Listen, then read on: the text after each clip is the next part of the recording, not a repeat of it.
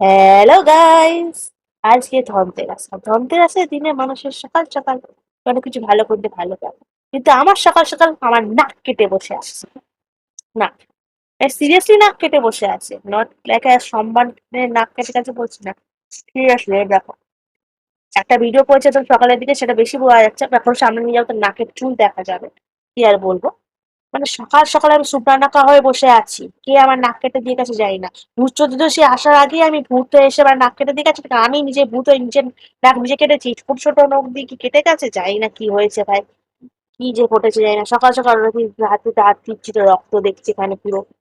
দিদিকে বলছি, দিদি দে, কিছু লাগিয়ে দেবো। দিদি আর তুলো নিয়ে চলে এসছে হাতে। যদি তুলো আনিস না ভাই, তুলো দিয়ে বুঝতে বুঝতে হবে না, তুই সিধা বোরিং থুবড়ে দে, রক্তটা যাতে থামে।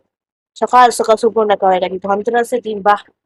কি আমার একদম নাক কেটে বসে আছে, শুকনো অনেকা হয়ে বসে আছি ভাই সাহেব। ভিডিওর শুরুতেই বলে দিই, এটা আমি ঘুম থেকে উঠেই ভিডিওটা বানিয়েছি, তো তোমার একটু বিচ্ছিরি লাগবে। রক্তটা থেমে যাওয়ার পরই ভিডিওটা বানিয়েছিলাম। দেখতে পাচ্ছ কেমন খুবড়ে টাইপের গেছে। আলো মেরে যদি ভিডিওটা করি আরও বিচ্ছিরি লাগবে, কিন্তু বেশি বোঝা যাচ্ছিল রক্তটা পুরো একদম। কিন্তু আর কি বলবো, এই নাক কাটা নিয়ে ঘুরতে হবে কালী পুজোতে আমাকে।